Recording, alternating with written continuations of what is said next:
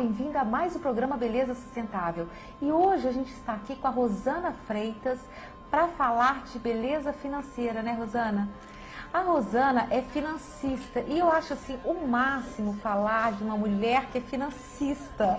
Isso é fantástico, não é? Bacana, né? Muito legal, porque até um tempo atrás, quer dizer, a mulher era como se fosse descartada, né, desse meio financeiro, né? Quer dizer, menina não sabe matemática, menina não sabe mexer com números, mulher, isso não é coisa de mulher, você mexer com números, é só o homem que pode mexer. E hoje a gente vê a quantidade de mulheres trabalhando nessa área, é realmente maravilhoso, né, Rosana? Verdade, cresceu bastante o número de mulheres nessa área, hoje a gente já está bem à vontade, né? E traz essa proximidade tanto de outras mulheres e até dos homens, né? Podendo às vezes trazer algumas questões de casa, da própria carreira, para a gente trabalhar do ponto de vista financeiro.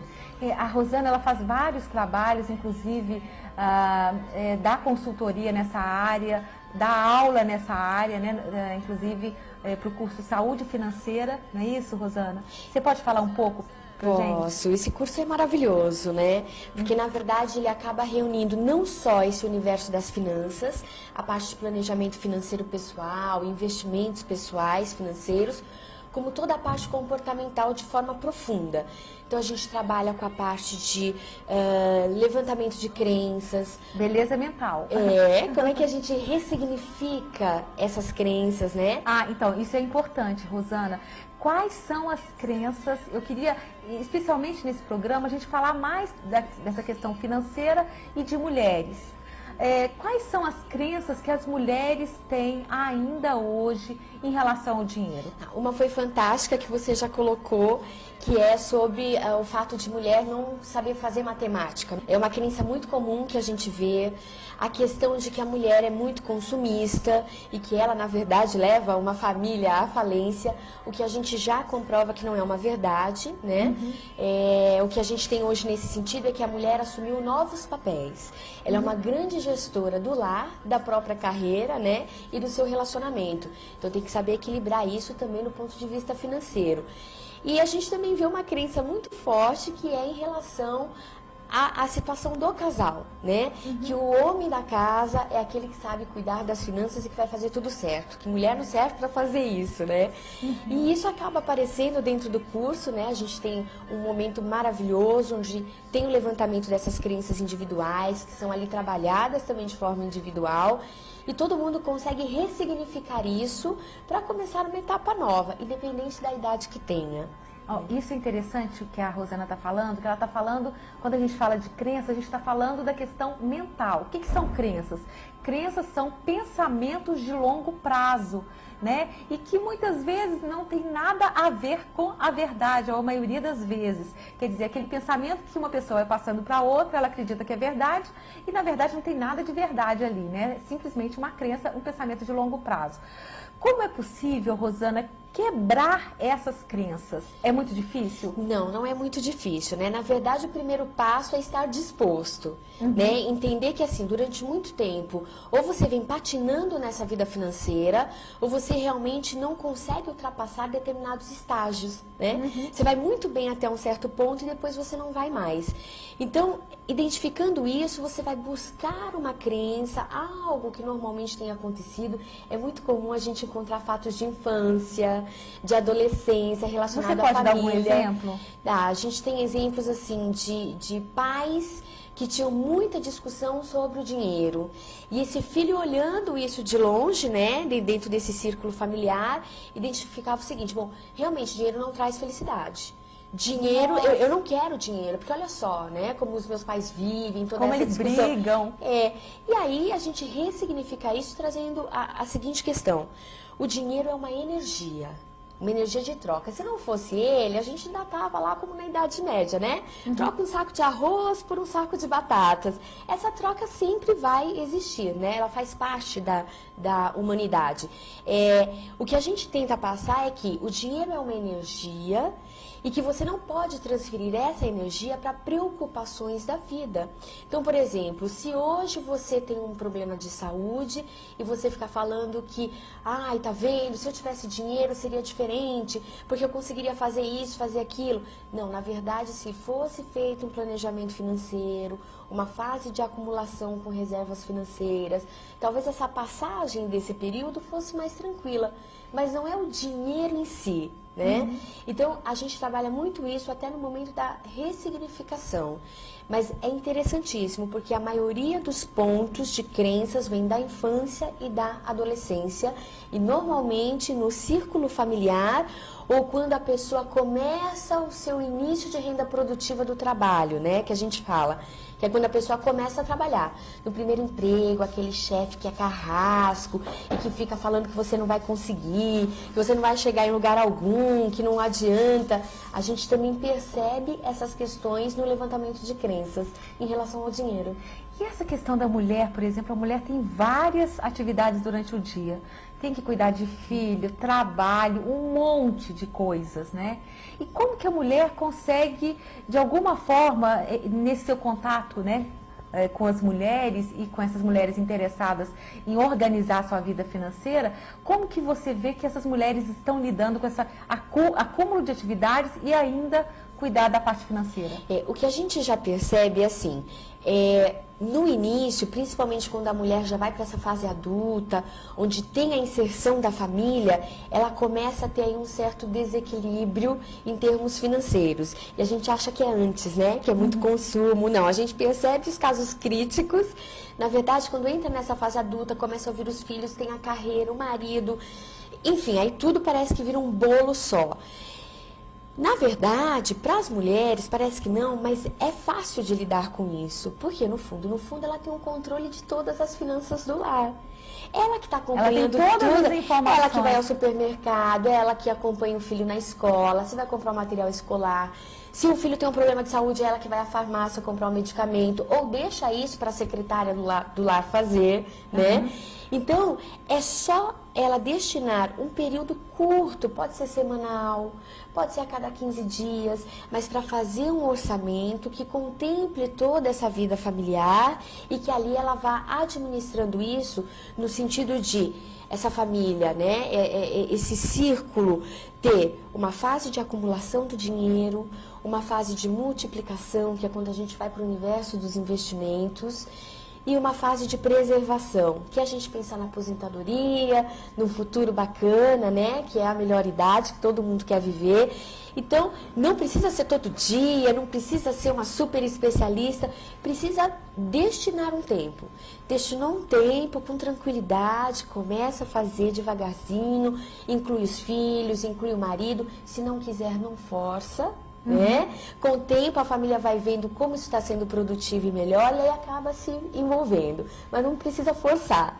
E Rosana, você consegue ver, por exemplo, os resultados e a diferença dessa mulher que começa a se organizar mais nessa parte financeira? Muito, muito. Eu tenho até um caso de um planejamento financeiro que eu acho que vale a pena contar aqui. Eu tenho uma consulente e ela trabalhou 40 anos em um grande hospital de São Paulo, muito famoso. E era uma família que dinheiro era para gastar. A crença era dinheiro é para gastar. Tá entrando, vamos gastando, gastando, gastando. E ela se aposentou e uma parte dessa renda que vinha desse emprego dela deixou de existir. A aposentadoria ficou menor. E ela já tinha gasto tudo. E assim, o marido é um profissional autônomo, né, da parte de transporte escolar. E de repente ela percebeu o seguinte, que ao invés de viver uma fase tranquila, o patrimônio estava sendo dilapidado. E aí ela veio me procurar apavorada, ela falou, Rosana, era um momento que eu queria algo tão diferente, né?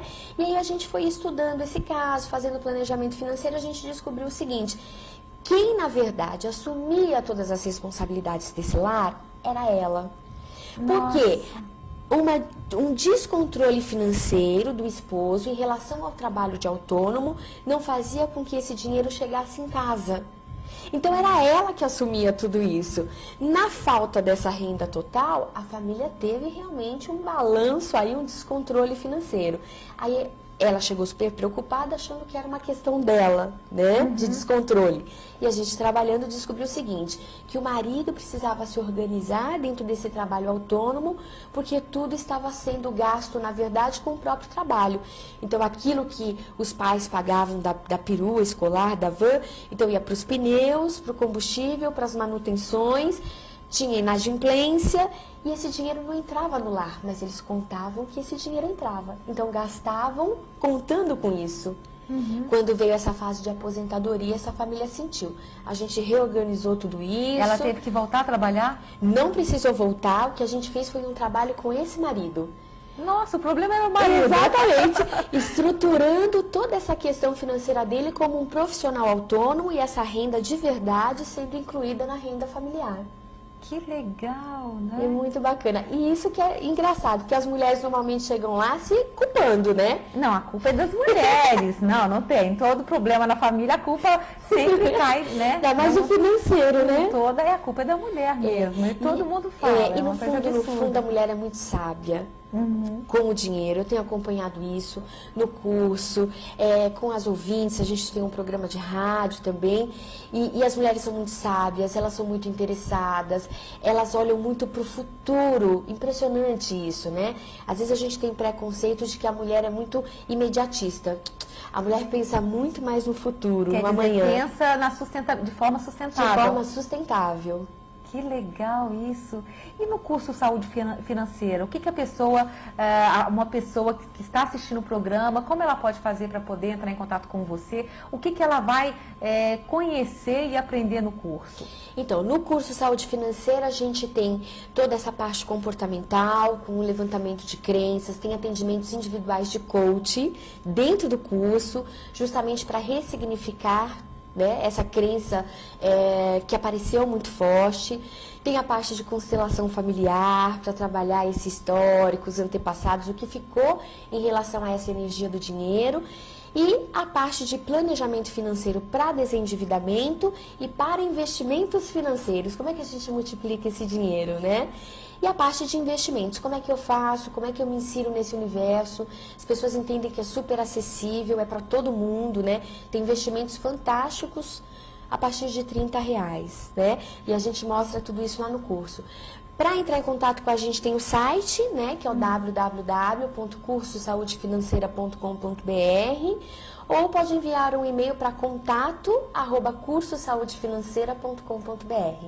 E esse curso, ele é dado no Brasil inteiro? Como que é? Hoje a gente tem esse curso acontecendo mensalmente na cidade de São Paulo. São quantos dias? São 2 dias. É um final de semana, né? A gente passa um final de semana super agradável. Pessoas dizem, um final de semana. Não, a gente é super gostoso, muito dinâmico, divertido, com exercícios.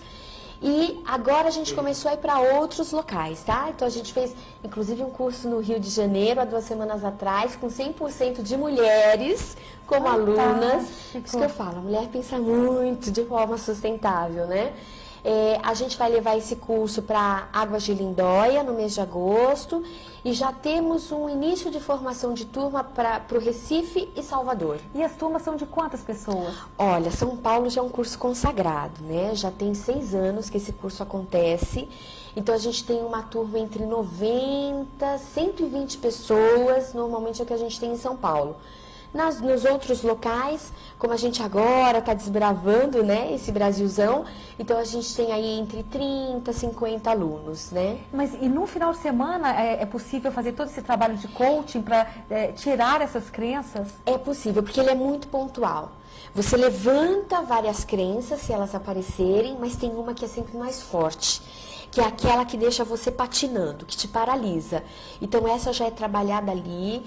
E depois é trabalhada com a constelação familiar dentro do curso, né? Então você fica fazendo trabalhos recorrentes com aquela crença principal. E a gente tem depoimentos, assim, fantásticos de pessoas que na outra semana já mudaram atitude. Teve uma pessoa que deu um depoimento faz pouco tempo na rádio pra gente. Ela estava em dúvida se ela trocava a peça do carro que estava quebrado ou se ela ia fazer o curso. Ela fez o curso, depois de 6 meses ela trocou o carro velhinho por um carro zero. Nossa! Planejamento financeiro. Fantástico. Né? E tirar essas crenças limitantes. Fantástico. Rosana, eu te agradeço imensamente pela sua participação. Parabéns pelo trabalho, né, pelo seu trabalho lá no Saúde Financeira, pela Ápice, né, Desenvolve, que faz um trabalho também maravilhoso. E eu agradeço você que participou também de mais um programa Beleza Sustentável. Até a próxima semana. E o nosso Facebook é facebook.com.br/Beleza Sustentável.